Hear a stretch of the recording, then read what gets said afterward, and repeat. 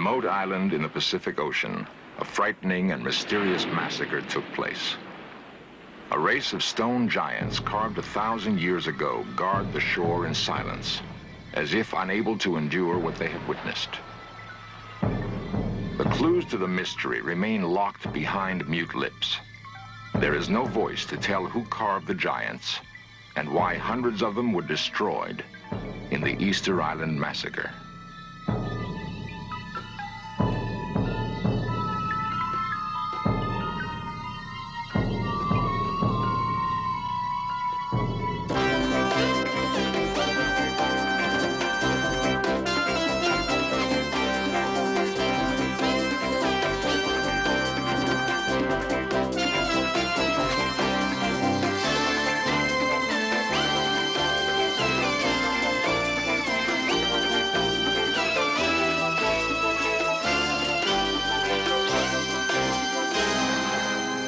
Shattered remains of the Easter Island giants defy mankind to reveal their story.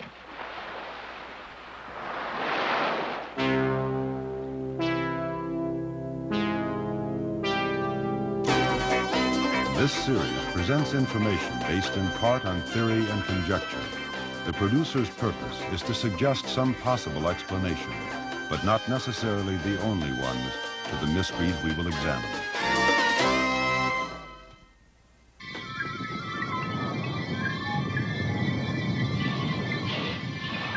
In the beginning of time, legends tell us, land and sea were at war with each other.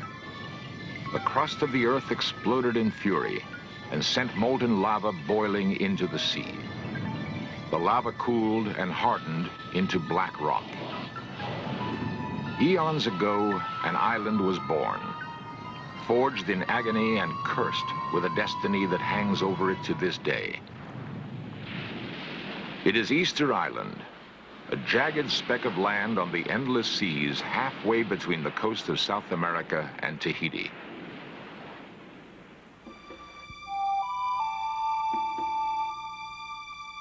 Easter Island is perhaps the loneliest inhabited place on Earth. Its existence was unknown until it was discovered by a Dutch explorer in 1722. The Dutch ship landed on a warm and balmy Easter Sunday. It was welcomed by a band of natives who swam out to the boat carrying gifts.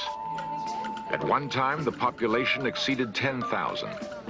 But since that fateful Easter Sunday, slave raids, civil war, and a smallpox epidemic nearly decimated an entire race. Today, less than 1,000 people live in the only village, Hangaroa.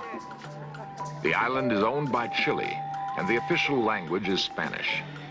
But the faces of the people hold no clue to the origin of the first islanders. Over the years, the mix of Polynesian, South American, and European blood has blurred lines of ethnic purity.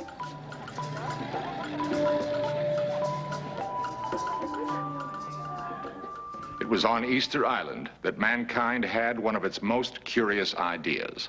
No one knows who had it or why. But the inhabitants of that lonely island undertook what is perhaps one of the most amazing engineering projects of ancient time. They did not build pyramids or tombs.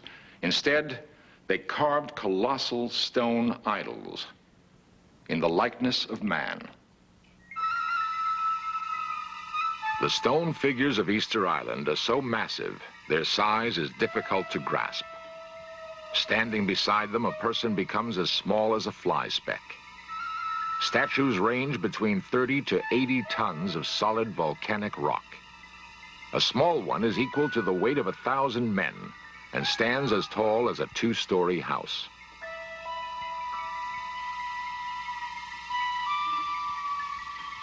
They cover the entire island. Each has a unique character, some morose and brooding, others almost comical.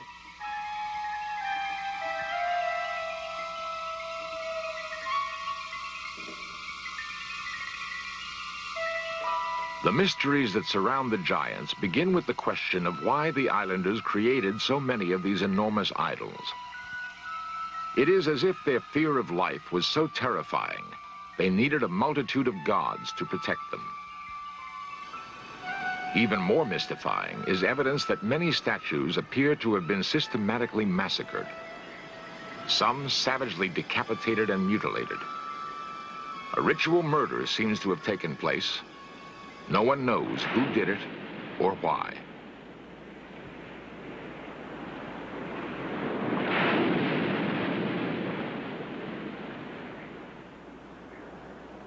The search for answers begins in the quarry, the crater of an extinct volcano, Rano Raraku, a dark and forbidding womb. There are enough questions here to intrigue an army of scientists and fill a bank of computers. But only a handful of men have pursued the quest.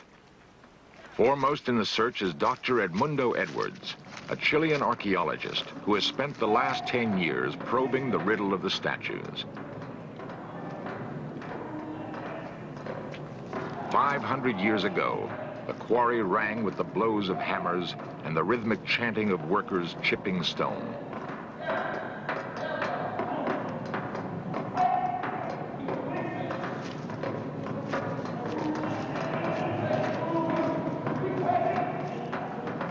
Then, quite suddenly, work was abandoned. Half-finished forms are embedded in the side of the volcano, ranging from embryos to fully formed young gods. Some are difficult to discern because their contours have merged with the crater.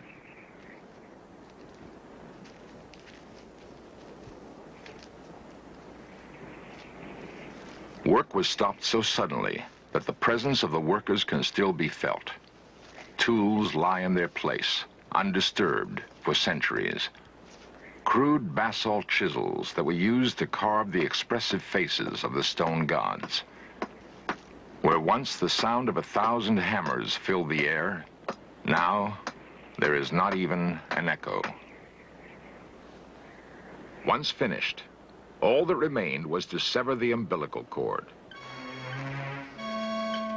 An elaborate pulley system lowered the statues from the mouth of the volcano down the slope.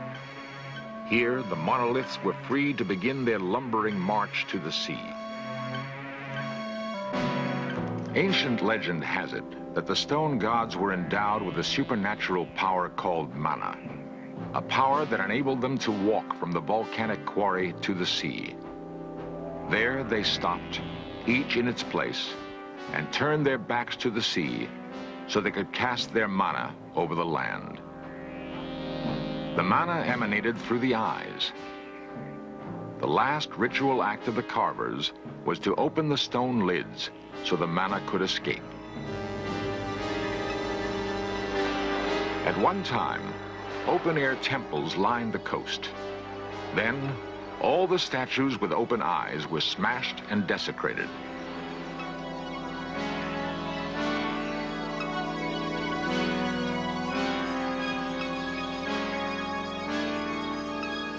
The work of restoring the monoliths has only recently begun.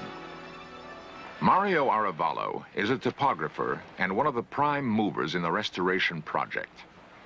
According to the most recent count, there are over 500 battered giants on the island, and many are in the final stages of degeneration.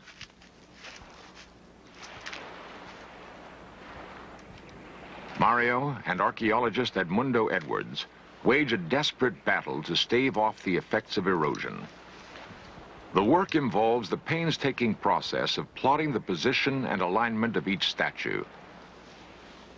So far, only 12 have been restored because there isn't enough manpower or machinery to save more. Somehow, the statues were transported across 20 miles of rough terrain to the sea. No evidence remains of how the engineering feat was accomplished. But a primitive boat rolling method, still used by local fishermen, provides a glimmering of how it was done. The theory holds that the statues were rolled over miles of wooden skids to the beach. If true, this is one of the earliest uses of rollers known to man. Not even the more technologically advanced Egyptians knew of this method when they moved the giant blocks for their pyramids. How did a people, isolated by thousands of miles of endless sea, develop an advanced engineering skill?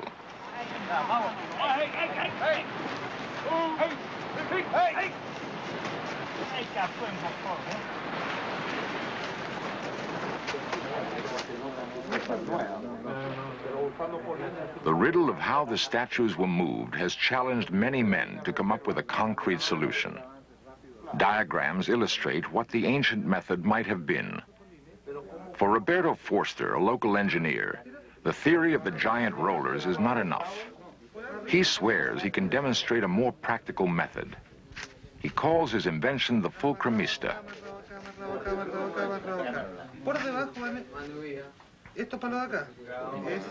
As in the seesaw, the principle of the fulcrum is to exert the greatest possible leverage in the lifting of an object.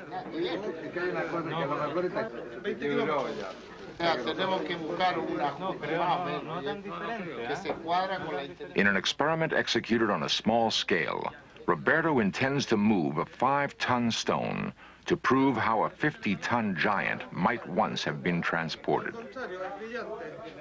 Roberto prevails on the mayor to gather a workforce for his project. He vows he will solve the ancient riddle once and for all. The mayor has doubts, but agrees. The experiment is scheduled for tomorrow morning.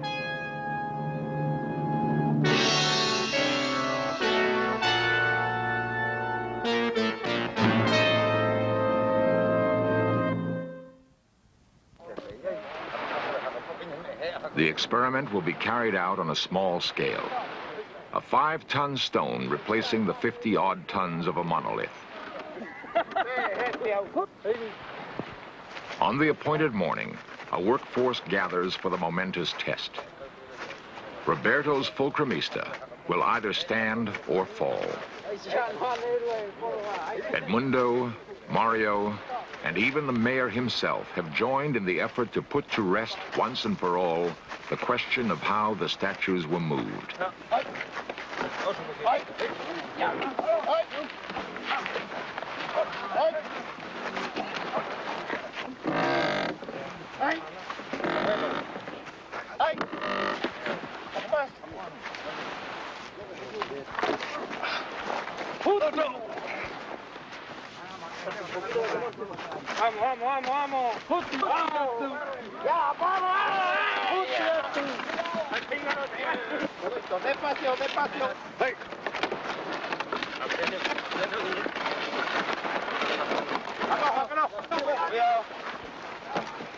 A fiasco. Indeed, if the attempts of modern man to solve these incredible engineering feats meet with failure, think of the ingenuity of the ancient carvers. One may well wonder if the peoples of those early times did not have gifts that have been lost to us. The secret remains locked behind stone faces. Faces that remind archaeologists of another face staring out over its mountain kingdom. The place is Tiahuanaco, Bolivia, an ancient civilization built on a bleak plateau in the Andes. Stone gods, separated by 4,000 miles and a span of at least as many years. There is no evidence that there was any contact between the two cultures. And yet, the features bear an uncanny resemblance. With what common spirit might they have been invested?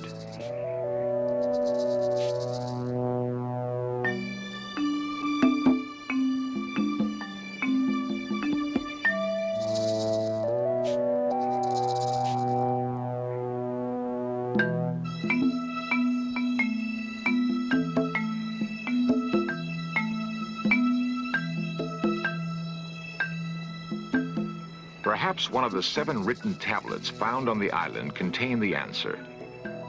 The pictographs are like those of no language known on Earth. They have not been decoded, but anthropologists believe they tell a dark and bloody tale.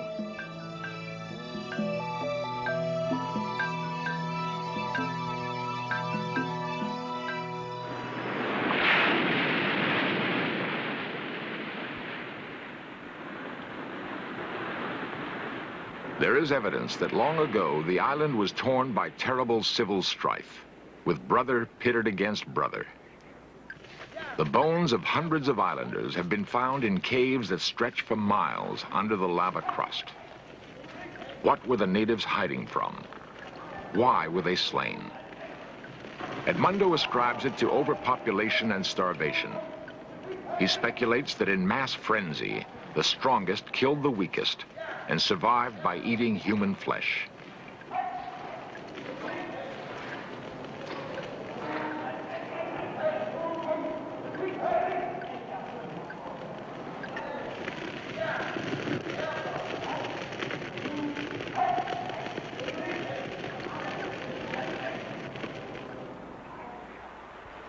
The survivors set up the worship of a new god, the Birdman, who dove on his prey from the sky.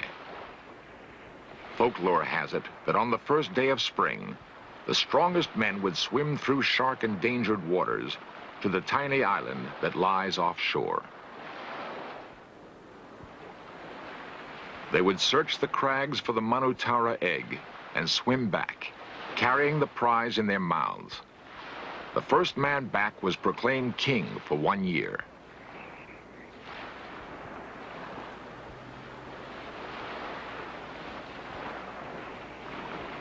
Perhaps the petroglyphs tell the story of the days that preceded the Birdman cult. Archaeologists have labored since the glyphs were first discovered in 1922 to decipher the meaning of the bizarre symbols.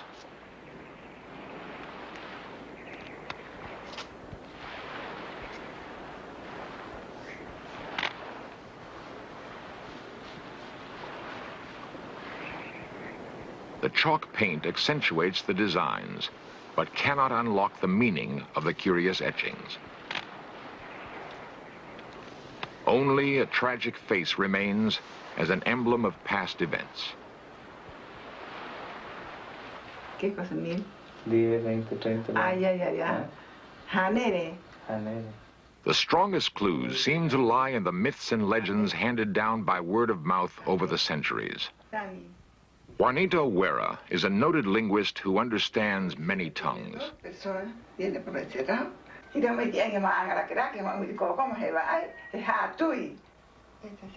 The old woman begins to chant a tale about a war between the long ears and the short ears.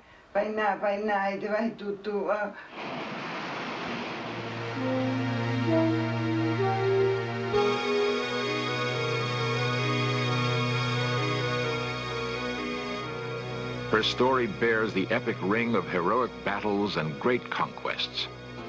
It sounds like a tale out of ancient Greece, a great saga in which the short ears rose from enslavement and in a battle that rumbled like the quaking of the earth, slew every man, woman, and child who had long ears.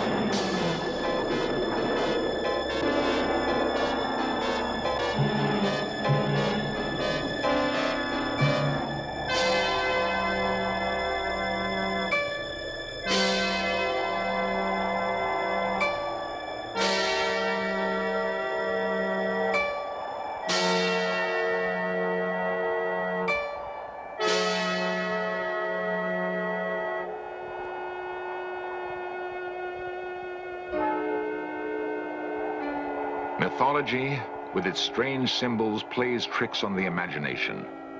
But it springs from real events that once occurred. And there is little doubt that the events on Easter Island have been bloody and tragic. The tragedy was matched by the fate of the islanders and provides a final clue to the Easter Island mystery. History records that thousands of natives died under the guns of their conquerors and from the dread diseases brought with them.